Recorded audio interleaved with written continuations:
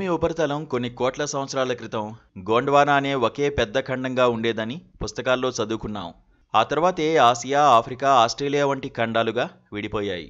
ఇప్పుడు ఈ ఖండాలు నెమ్మదిగా మరింత దూరం జరుగుతున్నాయనే సిద్ధాంతం ఉంది. అయితే తాజాగా శాస్త్రవేత్తలు చేపట్టిన అధ్యయనంలో ఒక కీలక విషయం తేలింది. ఖండాలు దూరంగా జరిగే క్రమంలో కేవలం ఉపరితల భూమి మాత్రమే కాదు, మహాసముద్రాల అడుగున వందల కిలోమీటర్ల లోతులో కూడా భూమి పొర చీలిపోతోందని గుర్తించారు.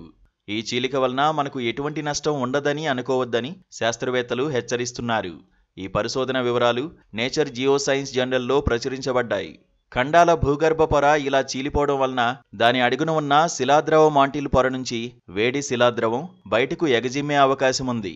ఈ పరిణామం కారణంగా లెక్కలేనన్ని కొత్త అగ్నిపర్వతాలు పుట్టుకొచ్చే ప్రమాదం ఉందని భూభౌగోళిక శాస్త్రవేత్తలు హెచ్చరిస్తున్నారు. ఈ కొత్త అగ్నిపర్వతాలు కొన్ని కోట్ల సంవత్సరాల పాటు నిరంతరంగా శిలాద్రవాన్ని బయటకు చిమ్ముతూ ఉండే పెనుముప్పు పొంచి ఉందని తాజా అధ్యయనంలో స్పష్టమైంది. సాధారణంగా వేర్వేరు భూపలకాల కోనలు ఢీకొనడం లేదా రాపిడి సందర్భాల్లోనే అగ్నిపర్వతాలు పుట్టుకొస్తాయి.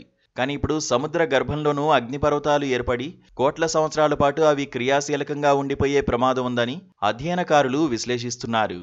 ఈ ముఖ్యమైన అధ్యయనాన్ని అమెరికాలోని సౌతాంప్టన్ విశ్వవిద్యాలయం, కెనడాలోని క్వీన్స్ విశ్వవిద్యాలయం, జర్మనీలోని GFZ Helmholtz centre for geosciences వంటి ప్రముఖ సంస్థలకు చెందిన పరిశోధకుల బృందం సంయుక్తంగా చేపట్టింది.